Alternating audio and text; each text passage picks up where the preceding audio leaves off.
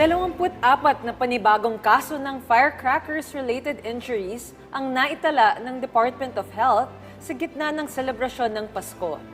Ito'y batay sa huling ulat ng DOH na naitala mula alas 6 ng umaga nitong December 25 hanggang 5:15 a.m. ngayong araw. Bunsod nito, umabot na sa 52 ang kabuuang bilang ng biktima ng paputok ilang araw bago ang bagong taon.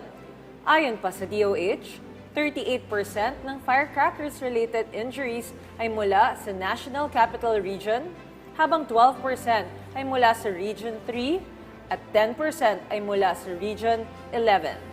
Dahil dito, patuloy ang paalala ng kagawaran sa publiko na hayaan ang mga profesional na sindihan ang mga paputok. Nananawagan din ng DOH sa mga lokal na pamahalaan at kapulisahan na tiyakin ang kaligtasan ng publiko mula sa mga paputok.